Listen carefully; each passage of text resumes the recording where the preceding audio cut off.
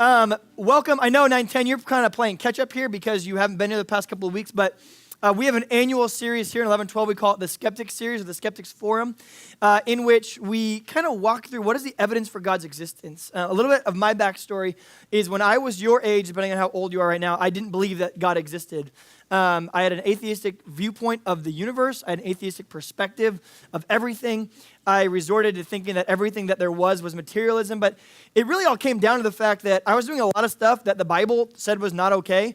So I thought if I just kind of categorically rejected the Bible and God and everything, then I could live however I wanted. Because if all I was some evolved amoeba, or if all I was some bit of stardust that had a conscience, then I could really do whatever I wanted. Okay? There was no accountability. There was no reason behind stuff. Everything was part of a blind, unguided process.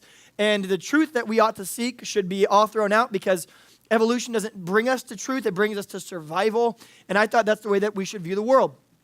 So I started this journey, because my dad's a pastor, to try to disprove God. And so I started looking into science and physics and astrophysics and biology. And I asked a simple question of, would I be willing to chase the evidence wherever it leads? If I was able to get rid of presuppositions, what's a presupposition? A presupposition is you walk in somewhere expecting to find a result. What you're going to find is you're going to find that result. I think Christians and skeptics alike, we got to be aware of our presuppositions.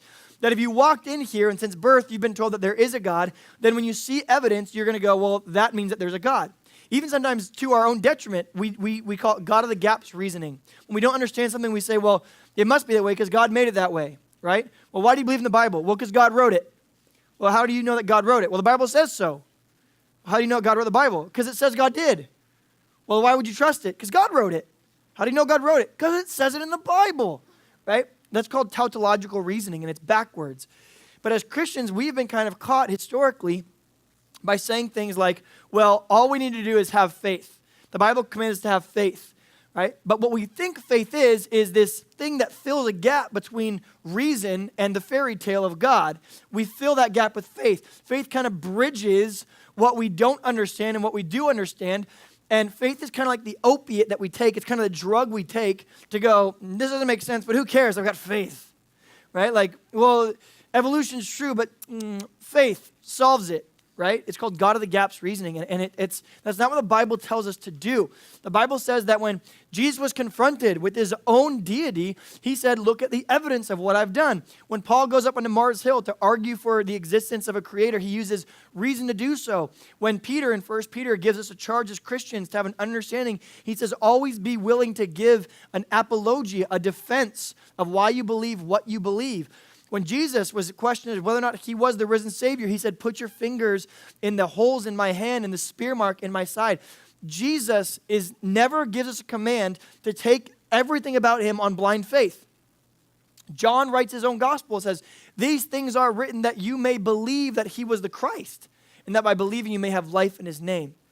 So that there's no aspect of us ever being called to say, well, over here we have science and over here we have God, and you either have to be brainless and check your brain at the door, or you have to reject the God hypothesis.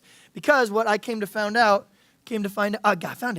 is that almost everything that I was taught and fed was I was supposed to do it without questioning it, and that's dangerous. That's how cults are formed, but that's also how the cult of materialism exists today. Right? You walk into your classrooms and they say, believe this. And if you bring up the God hypothesis, you get laughed at, right? Which is it's not a sufficient way of doing or finding truth. And so here's what we've been studying the past few weeks is if this is truth, it's what we know to be true about our human experiences. Over here, you might have philosophy. Over here, you might have theology. Over here, you might have science. Over here, you might have astrophysics, right? Over here, you might have the regular practice of physics. You might have biology over here, and all these different things. They're bound by their stereotypes, okay? So is science allowed to say that there's a God? By nature of science, it cannot conclude that there's a God. So when someone goes, well, I don't believe in God, I believe in science. First of all, that's not a thing. You can't believe in science. Science is a methodology by which you arrive at understanding it and you arrive at knowledge. You can't believe in science itself. Science doesn't do anything. It doesn't tell us anything. The scientific method only gives us credence to come to a conclusion. So don't say you believe in science, because science has never told us anything about the observable universe, not once. All data that science gives us must be interpreted. Therefore, it isn't science that tells us stuff, it is scientists. It's got to be interpreted. So if you say, well, I don't believe in God, I believe in scientists, that's fine. I believe in what scientists say. Now, here's the problem with that. 51% of all scientists claim that there is a God. 51% would be willing to stake a claim that there's a God. Of those 51%, 75% of those who claim that there is a God follow the God of the Bible. They're Christians. So when you say the phrase, I don't believe in God, I believe in science, that's not a thing. When you say you believe in scientists, are you willing to take their vast majority over the minority? So you're actually using a soundbite in the extreme of our culture that doesn't make any sense, right? In fact, the only time I've heard that said actually with reason and with intellect is when someone said, it was from Nacho Libre, right? The weird guy goes, I believe in science. It's like, rightfully so. You don't understand what you're saying. And so someone says, well, science can tell us everything.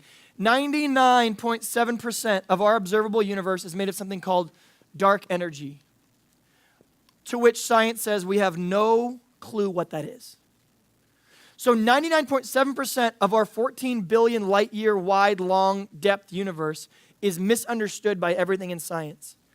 So to stake a worldview going, well, I believe in science, you believe in what a group of people, which is the minority of all scientists, believe concerning 0.3% of the observable universe. Are you that comfortable? How much comfort does that bring you? Now, you go, well, you're being harsh. This is what I had to hear. These are the debates that I had to go in early on when I was an atheist. These are the things that I had to present. So I just want you to get all the facts. I can't convince you against your will that God exists. If you want to find evidence that he doesn't exist, and you're not going to accept one that he does, then you're already, just go to sleep. You don't need to listen to this talk. But if you're willing to lay down your presuppositions, okay, a presupposition is when we say, I ahead of time have concluded in my head that miracles can't exist. That's a presupposition. You're not actually chasing the evidence. You're saying the evidence will tell me this. So you're going to find whatever you want, right? I want to challenge you, high school student. Erase your presupposition. Chase the evidence wherever it leads. And if the evidence leads to something bigger than you just being a bit of stardust, or a moist robot, or a grown-up amoeba, if you're more than that, if your life means more than that, would you have the courage and the bravery to chase what your life might actually be about? Today's argument is called the teleological argument. And so we're actually making an argument that combines biology, philosophy, astrophysics, theology, physics, all to seek truth, which is how we ought to find truth for anything. We ought to all sit in a room, scientists, theologians, astrophysicists alike, and say, what is the most likely conclusion based on the evidence? But if you say, I strictly believe in science, you're not allowed to arrive at a God conclusion, because a God conclusion is limited by what science can do. Science deals with what is observable, measurable, and repeatable. So if you're a scientist and you say, I think God made it, guess what? You're not doing science anymore. But that doesn't mean that it's not true. It just means you're not allowed to. Does that make sense? But so we shouldn't trust our whole belief system or how we orient our life on something that is so limited that it can only touch 0.3% of the observable universe. And the real meaningful questions in life, it has nothing to say about it. Nothing. Can science ascribe objective moral values and duties? No. Was Hitler wrong in what he did to the Jews? On atheism, do you have a justifiable framework that would tell me that what he did was wrong? What would you appeal to? Your opinion? You would have nothing. So we have to look at all these things and say, what's the most likely conclusion given everything that we want to satisfy? And that's what we're trying to do in this series. What is truth? Science, throw in your 2 cents, astrophysics, biology, philosophy, what was this one? This one goes down here, sorry. Presupposition, I'm like, what's pre? Physics. Everyone throw in your best. And then with all these things we need to satisfy, there's like 8 questions. Is there one thing that can satisfy all 8 of them? That's the question we want to ask. Today, we are talking about the argument for God's existence, of which there are 10. The argument from beauty, the argument from contingency, the argument from the first cause, the argument from cosmology, the argument from morality, the argument from teleology, the argument from ontology, bunch of junk. You don't care, you don't want to know, whatever. You can chase it if you want to. 2 weeks ago, we did the argument from cosmology, which is, we said God exists and we can prove it because of the first cause, because of the beginning of the universe. Our premises were simple. Anything that begins to exist has a purpose. The universe began to exist. Therefore, the universe has purpose. And we proved it. We didn't postulate it. We proved it. And after doing that, we said, okay, well, maybe we prove that there is some force outside of nature, and science says that force must be immaterial, powerful, without time or space, which is what the Bible dictates is what we understand to be true about God. Now, today we're arguing from teleology, okay? Or it's the argument from design. The argument from design is simple. Sometimes we make apologetics very complicated. And I know this is kind of like the pot calling the kettle black because sometimes I make it really complicated, but I'm not trying to. The argument from design is simple. Everything in our immediate experience as human beings dictates that when you see something that has intricacy, that has design, that has intention, that has meaning, that has purpose, we always ask, who did that? We know innately as human beings that design always shouts out for a personal mind. Personal doesn't mean that, oh, they're really close to me. Personal means they have attributes of personhood. They make decisions. They choose things. They think. They desire. They reject. That's what it means by personal mind. Let me give you an example.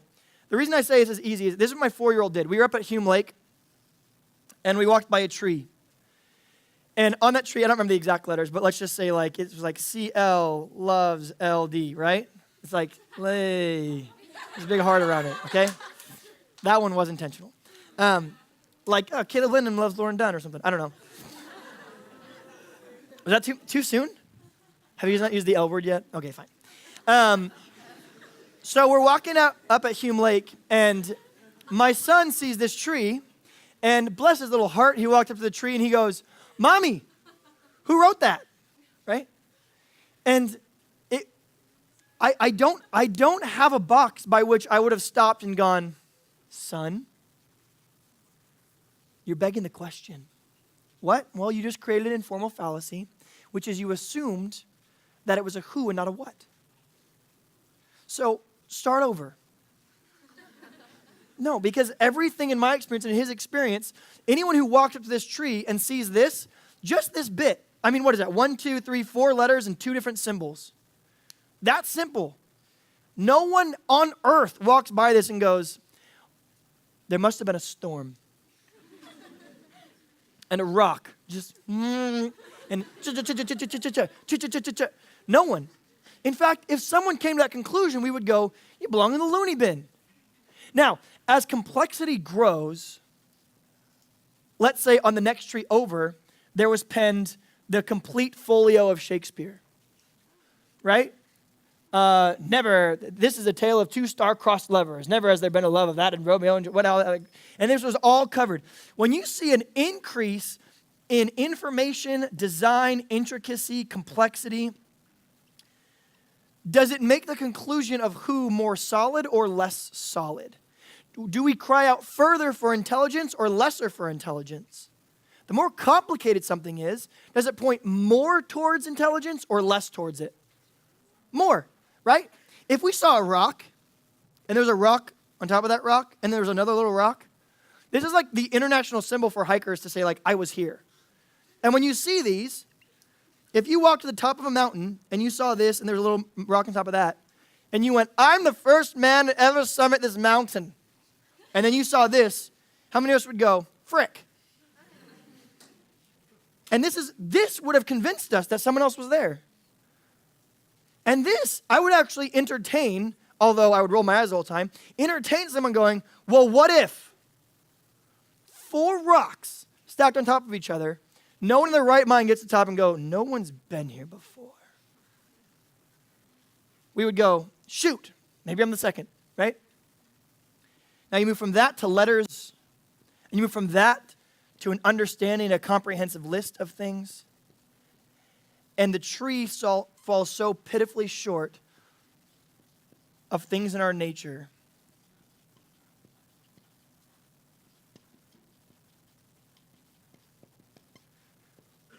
DNA, deoxyribonucleic acid. It's basically your body's ability to reprint its own cells. When I say reprint your cells, in a period of about 12 years, there's not a single part of your body that existed 12 years ago. Your cells are constantly replicating themselves, which means you might be Caitlin, or you might be Megan, right? Or you might be America. You might be someone in this room, but no part of you that exists today existed 12 years ago, not a single part.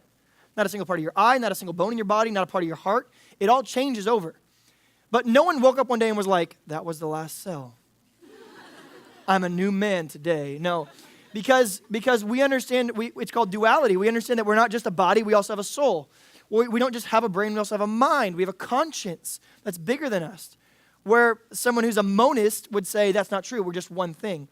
But if that's true, then if there's nothing same about you, you've got to be more than just a body, because your body is new, brand new. Certain parts of your body become new every day. But over the lifetime of just 12 years, there's not a single part of you that's been there for 12 years. So when we say you have age, your body has age, we don't mean you in general, right? We're talking about your soul. Because when you're 85, you're going to have a brand new hand. It'll be a 12-year-old hand, but you'll be 85 years old. So there's something more to it. The DNA, there's a man named Francis Collin. He's actually attributed with mapping out the human genome for the first time. And if this seems complicated to you, just this, the ATG sequence of the human DNA, it literally, if you stretch DNA out, just in one person, you could take it all the way to the moon. And that number of billions of these letters, it's actually an information. If you saw this kind of information in a computer, you would say who built it. If you saw this kind of information penned on a tree, you would first of all need a whole forest of trees to pen this information. But no one would walk into a forest of trees of which it all has sequencing information to make more versions of you and go, what a coincidence we see here. It was so implicating for him that Francis Collins was a pronounced atheist. He finished mapping the human genome, and then he said, frick. He wrote a book called The Language of God. And he said, there's got to be a God. The man wins a Nobel Prize for his secular work in the DNA sequence, and then writes a book called The Language of God.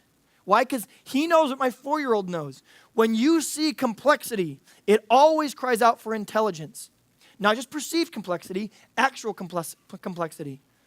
The cosmological constant, the human eye, every bit of who we are is infinitely complex. In fact, there's some things in our body that are irreducibly complex. That means there's certain things inside of you, like this is a flagella. These are really hard to make. Okay? This is like a flagella. Whatever, however it looks. Without this, the flagella doesn't do anything. Without this part of it, the flagella doesn't do anything. Without this part, the flagella doesn't do anything. Which means any one of these things without the other, the flagella would do nothing, but there'd also be no life anywhere in our universe. All these parts had to have come about at the same time for this to do anything. Right? There's no Darwinian advantage to a flagella that isn't complete. But in one generation, a flagella had to go from being nothing to being everything complete, 45 different parts of its structure, complete, to be useful. That's called irreducible complexity. So we see other things in the human genome and in DNA and on the atomic level that we go, wait, what? This flies in the face of everything I've heard to be true. So this is the argument. The argument simply goes, you can put the premises on the screen, but I'm not going to move this board. The premises go like this. Premise number 1 for the teleological argument. The fine-tuning of the universe. What we mean by fine-tuning is that there are all these little intricate dials, just to give you a little hint of what I'm talking about. So I can't spend too much time making these little notch marks. But let's say that this dial is gravity. Gravity, just think, however dense something is, it's got the exact same amount of gravity anywhere in our universe. Gravity, at least the force of gravity, is consistent all across our universe. Now, this isn't even to ask the question of how improbable is it that we have these forces that stay consistent in our universe, that we have a uniformitarian universe. That's not even the question. We're assuming that everything stays constant. which we shouldn't be able to assume supposing chaos theory. But let's say this is gravity. And gravity, in order for your cell to hold together or for your body not just to start flying apart or to implode on itself, gravity has to be set perfectly. Let's say it's this notch mark right here. Boom. And if gravity were set right here or right here, there'd be no life anywhere in the universe. This is a dial. The way that we talk about this is we call them anthropic, which means anthropos is the Greek word for man. So it's man producing coincidences. So there's a series of about 124 man producing, man meaning mankind, anthropos producing coincidences in our universe. If one of these things, if one of these 124 dials was off just, let me make a little dial for it. If I could turn this dial and you got to come up and monkey with it and you got to go, okay, I'm going to leave the other 123 alone, but just this one, just gravity, I'm going to turn one notch to the right. One notch. Everything in the universe would explode. Everything would.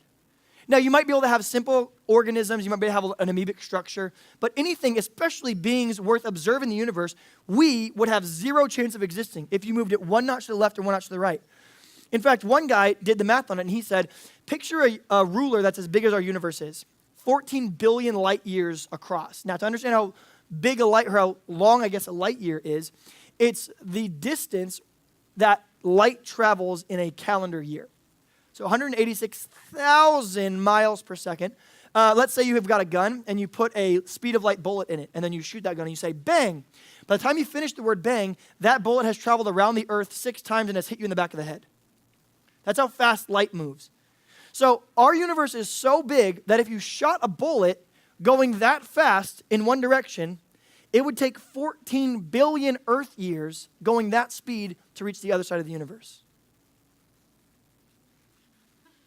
Remember, it goes around the earth 6 times by saying bang. And bang is like 1/600 millionth of a year, right? So you give it 14 billion of those things times 390 million of what that's how far that goes. That's crazy. That's how big our universe is. So this guy did the math and he said, to understand just gravity, how intricately gravity is set, if you took a ruler and you expanded it across all 14 billion light years, and you set gravity on 1 inch on this ruler, let's say it was right here. Remember, this is a 14 billion light year long ruler. If you moved it 1 inch to the left or 1 inch to the right, there'd be no life anywhere in our universe. This is what it means by fine-tuning. This dial, I made a remarkably insufficient dial for how big the dial for gravity is. Because I can't draw a 14 billion light year long ruler, right? So we can't even show some of these odds. So the question, this is just one, I'll get back to this here in a second. The premise is this. The fine-tuning, all these dials, of which there's 124 that are all perfect. I'm not going to draw 124, I don't have time.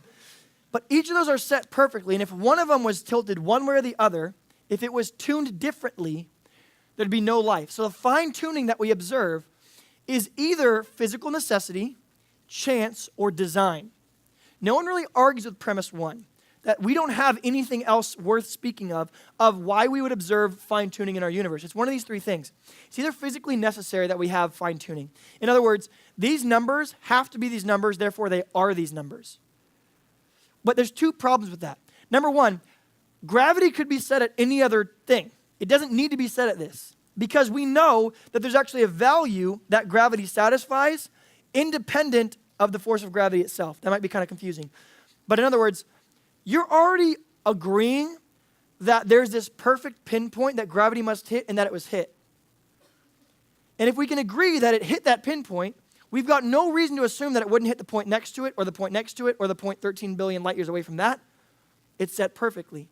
It's the argument of saying the universe looks complicated but it's not because it has to be that way. That'd be like, imagine you're in Colombia and you get picked up by a drug cartel, right? Like I did last week. So, but then they find you guilty and they put you in front of a firing squad and there's 100 guns pointed at you at point blank range. And they say, ready, aim, fire, and you hear 100 guns go off, point blank range, right into your body, into your head, 100 guns, you have to pretty much shoot every part of you. And then you went, and you took off your blindfold, and all the people were staring at you, and you went, of course they missed. They had to have missed because they did miss.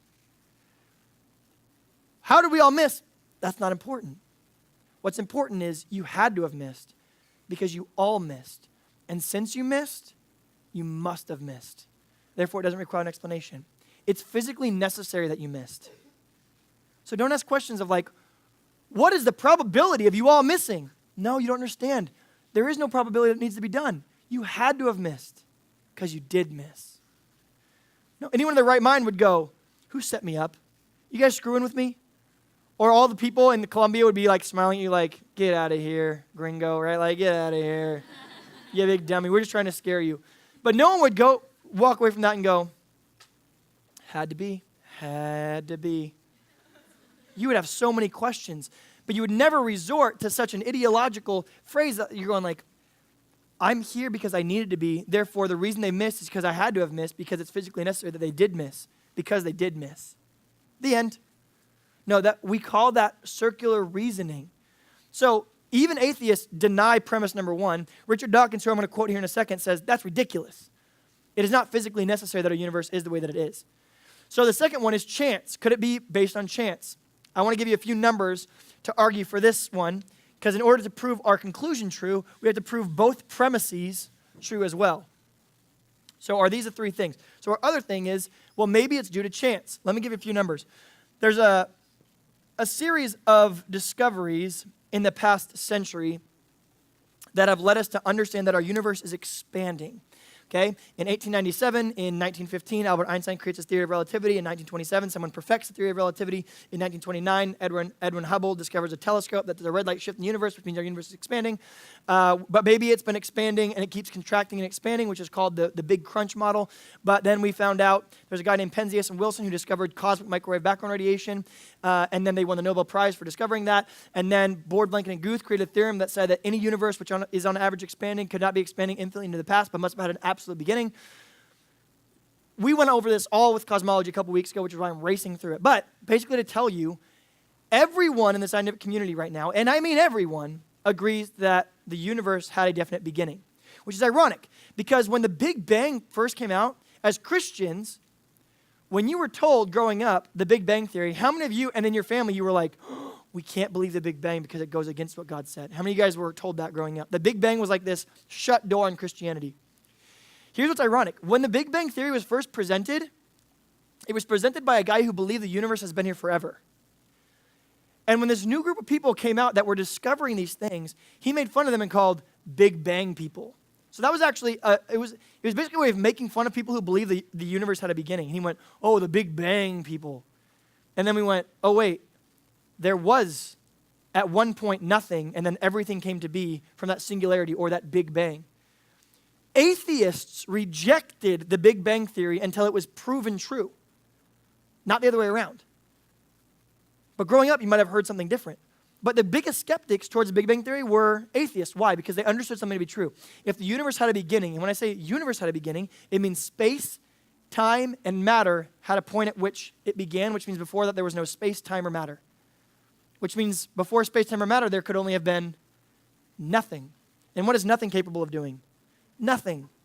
So either, as an atheist, you must say, nothing created everything.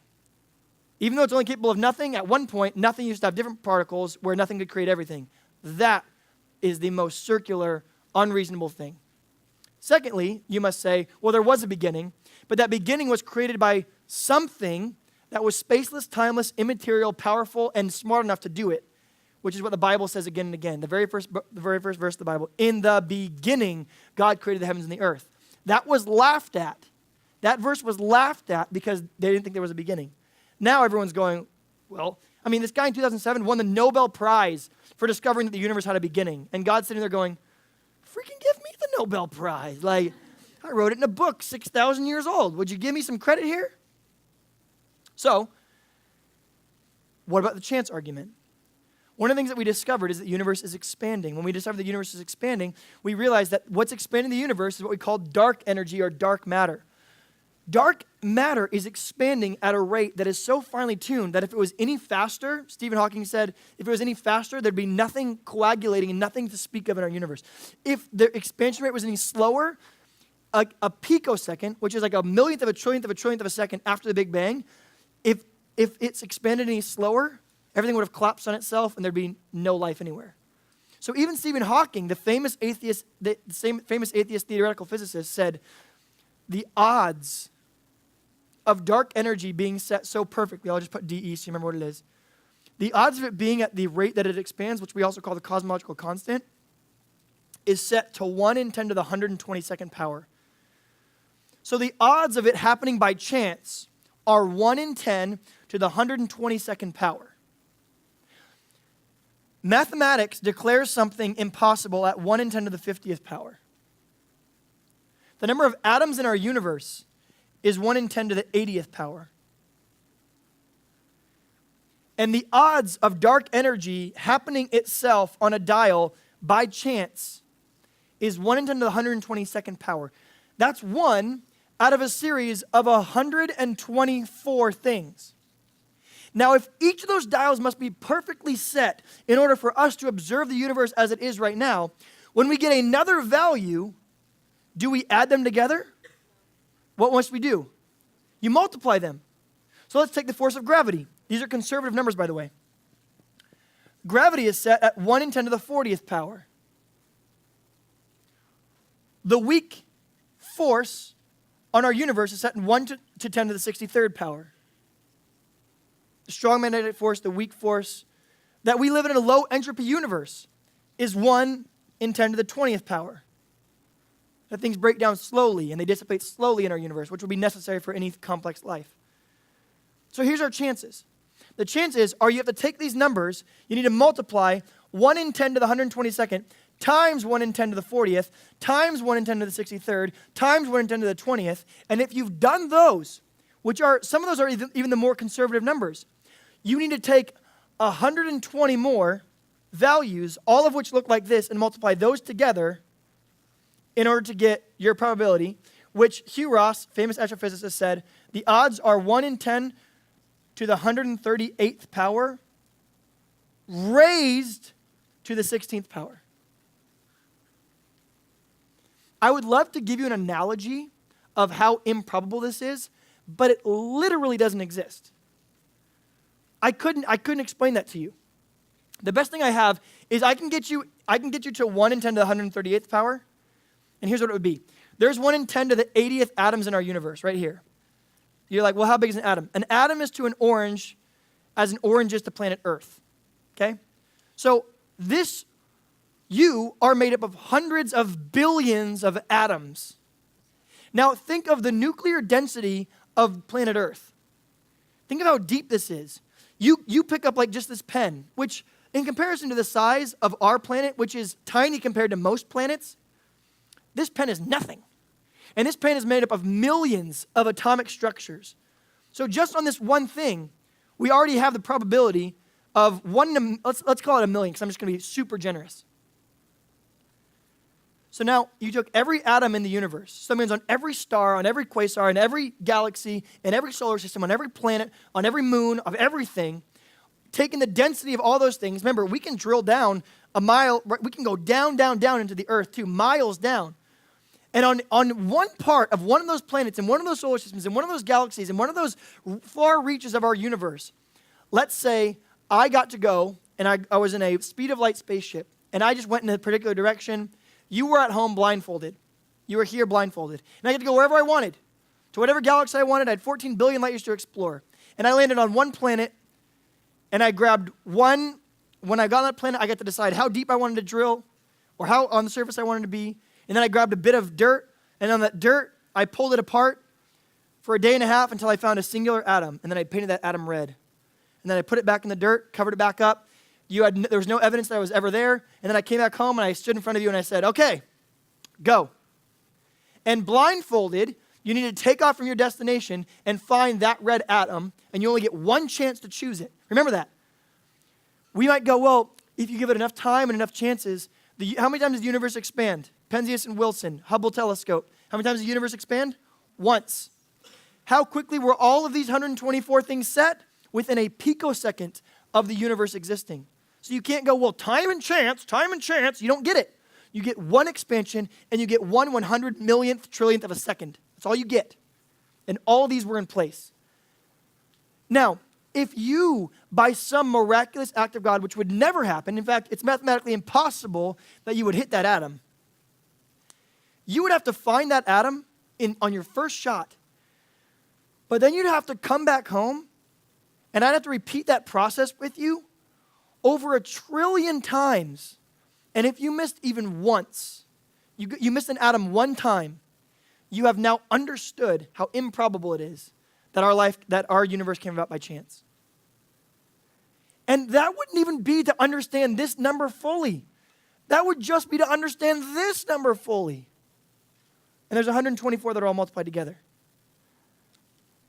This number is so infinitesimally small that the leading atheists on our planet, there's literally a theory called Panspermia, which sounds gross, but it's exactly what it sounds like. It is that pan, which means across or all, someone seeded life, gross, into our universe, spermie, from another universe. So, yes, we observe our universe is really complicated for life. It's very complex, it's very well designed, it's very fine-tuned. But what if there's a parallel universe of which we have absolutely no evidence, and in that universe, life can originate. We're not carbon-based, we're not nitrogen-based, which is all a disagreement. Scientists say that any complex life form would have to be carbon-based. They'd have to have a whole different elemental structure of which we wouldn't understand because they'd have to have atomic values, which we have all those sufficed anyway.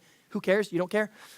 And in that other universe, aliens, not from here, obviously, developed an ability to jump realities. And they jumped from their reality into our reality, into our universe, a long, long time ago, 13.75 billion years ago. And they took a crystal, and then they licked it, and they put their DNA on it, which was life, and then they put life on planet Earth, and then they went back to their own cosmos, transcending, jumping back into their own universe. You might be like, okay, now you're going too far. Now you're making fun of people. I'm not. This is one of the leading theories of how our life-permitting universe, which makes no chance sense whatsoever, they're so uncomfortable with these numbers that they say one of two things. Either lucky us, 1 in 10 to the 138th raised to the 16th with one chance in a picosecond from the beginning of the universe. Lucky us.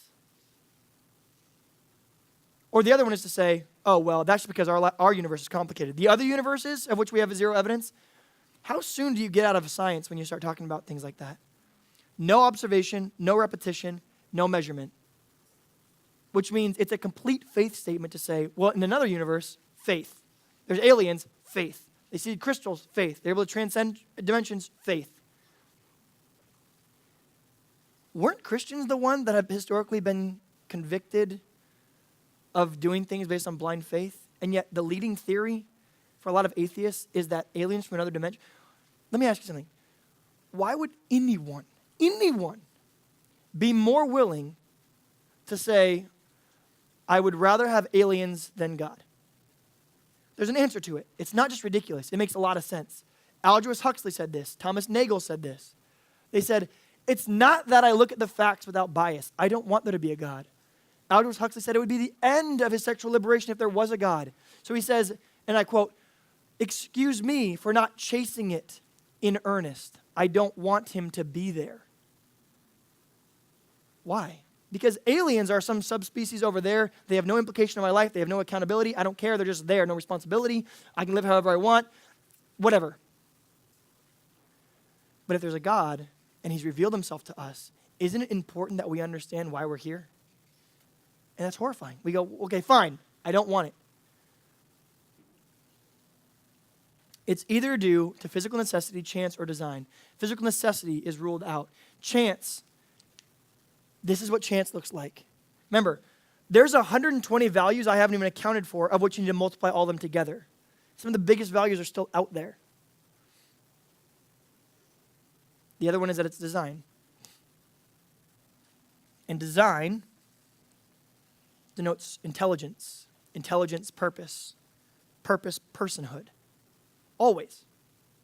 When I say personhood, I don't mean they have to have skin and flesh. I mean they are personal in the same way that they would have to make decisions, be intelligent, and have the power to create worlds, universes. And if they have the power to create universes, they must be more powerful than the universe, and that's what we mean by all. So when we say this God is all-powerful, it means he has the power over all that we observe, space, time, and material. He would have to, if he created all of it, he'd have to be all-powerful. To be able to understand all of space, time, and material, he would be all-knowing, which is what we mean by omniscient. The Bible says again and again that our God is without form. He doesn't have a body. Which is what you'd expect too. If everything came into being from materialism, out of immaterialism, science, they won the Nobel Prize for saying there's a force out there that must be spaceless, timeless, and immaterial. The Bible says he is without space, he is outside of time, and he does not have material. And we're giving people Nobel Prizes for redacting what they used to think and for coming into a biblical worldview. It's what Alexander Vlenkin said, one of the most intelligent men on the planet. We must arrive again at the very sticky discourse of how our universe came to be without a transcendent creator. That should be scary for us. So our premise, both of those are rejected. Therefore, it is due to design. Let me give you just some quotes. It's not important to give you quotes from Christians because what if they're biased? Let me give you some quotes from atheists concerning these things that I'm talking about. And you just come to a conclusion yourself, okay? These are facts. These are facts. This truth table up here philosophically checks out. You go, yeah, but you're biased. But what biased information have I given you so far? Have I given you anything biased? Do you want to disagree with any of this math? Do you want to disagree that intelligence is denoted from that? That's how simple it is, right? I love this analogy of, like, imagine you're in the woods by yourself in a cabin alone, and you're eating alphabet cereal, right? You ever heard alphabets? Good, sugary high, it's great. Let's say you believe that you're all alone, no one's around for miles and miles and miles, and you're eating your alphabet cereal, and then you go to reach for something and you bump over the cereal box, and it all spills out on the table. It's just a random collection of letters at this point. Now, let's say you go to the room to get the vacuum, you come back out, and written out in alphabets, it says, "Don't go to sleep, I'm in the closet."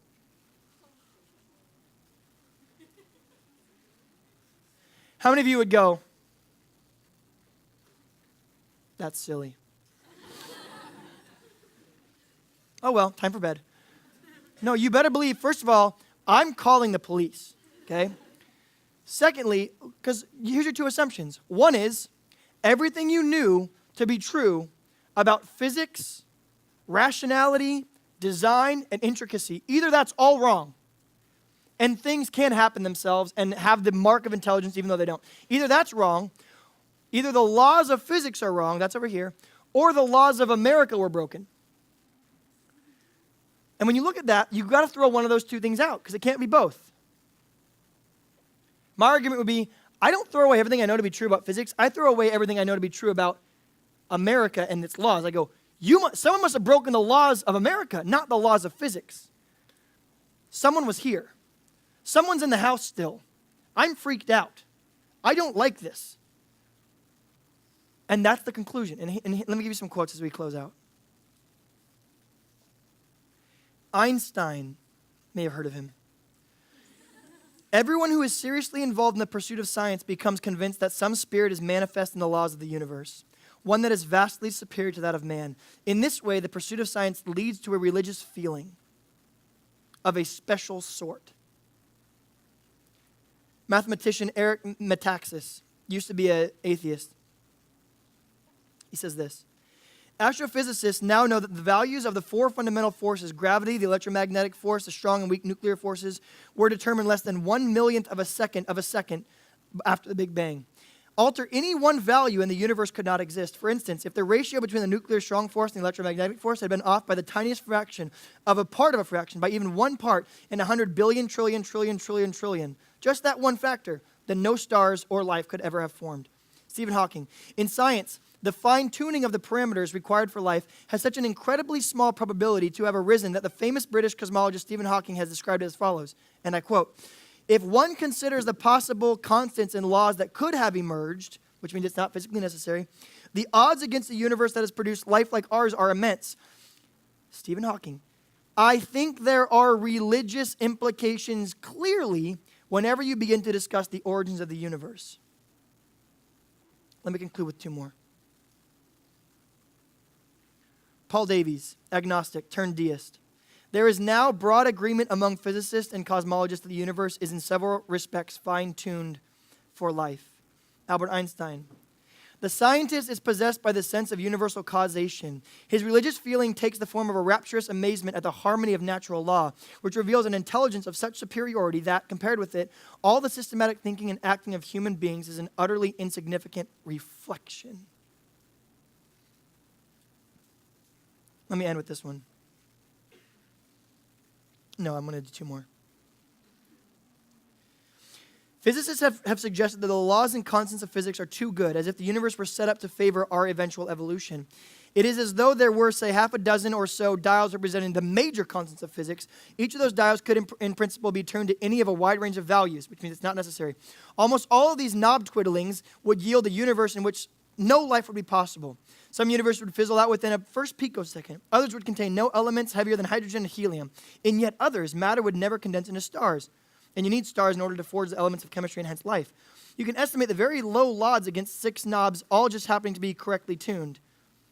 I believe it is an unparsimonious extravagance, the British scholar said. That's another way of saying it seems like a miracle. Lastly, Stephen Hawking. "The laws of science, as we know them at present, contain many fundamental numbers like the size of the electric charge of the electron." Did I already write this one? No, I didn't. "The remarkable fact is that the values of these numbers seem to have been finally adjusted to make life, to make possible the development of life. Most sets of values would have given rise to universes that, although they might be very beautiful, would definitely not contain any life to behold that beauty. One thing," okay, here's his conclusion. "One can take all of these facts as either evidence of a divine purpose in creation and the choice of the laws of science, or as support for a random set of anthropic coincidences." So Hawking says, look, I don't disagree with the numbers. I reject the physical necessity. I look at all these numbers, and you have a conclusion to come to. Human, it's either chance or it's God. Bet. That's what he's asking you to do. Bet. You have your life and you have your eternity. It's like a stack of chips in front of you, and this is the poker game. The odds against you having the winning hand as a Christian are 1 in 10 to the 138th power raised to the 16th power. And he says, would you be willing to push your chips in? For a Christian who is not beyond being convinced, or for the person who just sits here and goes, I'm an open book, I don't have any presuppositions, almost anyone would push their chips in and go, you can have it all. Then what does it take for someone to go, I'm not quite convinced yet? It's because there's something more than just pushing in chips. There's sin that we enjoy. There's a life we don't want to give up. There's a submission that we don't want to adhere to. Because God requires a movement in the orientation of who we are as people and where we go in the future. Would you have the courage to let that go and chase the evidence wherever it leads? What you'll give up, what you'll find by giving up living for you and for this material universe is it'll be displaced with a God who's given you purpose, value, and meaning. That if you are just a bag of stardust, you could never have meaning, purpose, love, uniformity, true science. Science can't even be done without God because there's no reason I should expect the next 5 seconds should be like the last 5 seconds. Would you just have the courage and the bravery to ask some deeper questions? Get these questions answered. If it's what you're going to orient your life to, challenge yourself, high schooler. Get these answered now. That's why tonight we have our Skeptics Forum. Every Sunday night here in 1112, I'm going to stand up here and I'm going to field all your questions. There's been some great questions. Bring your best questions. Prove me wrong. Challenge my math. Challenge anything else. Convince me that I'm wrong. But do one thing. Do your homework. Okay? Don't bring a knife to a gunfight because I will be prepared. And after doing many debates with a lot of people who have studied this their whole life, I have yet to meet an atheist who knows more about their position than I do. And I've yet to be asked a question that shocked me. So if you have some of arrogance right now, you're going, well, I've got the thing. A, bring it, and B, be prepared for a response, because I'll have one. We'll see you all tonight in this room, 6 o'clock. Bring your questions. You can ask them anonymously if you want to through text. We love you guys. We'll see you then.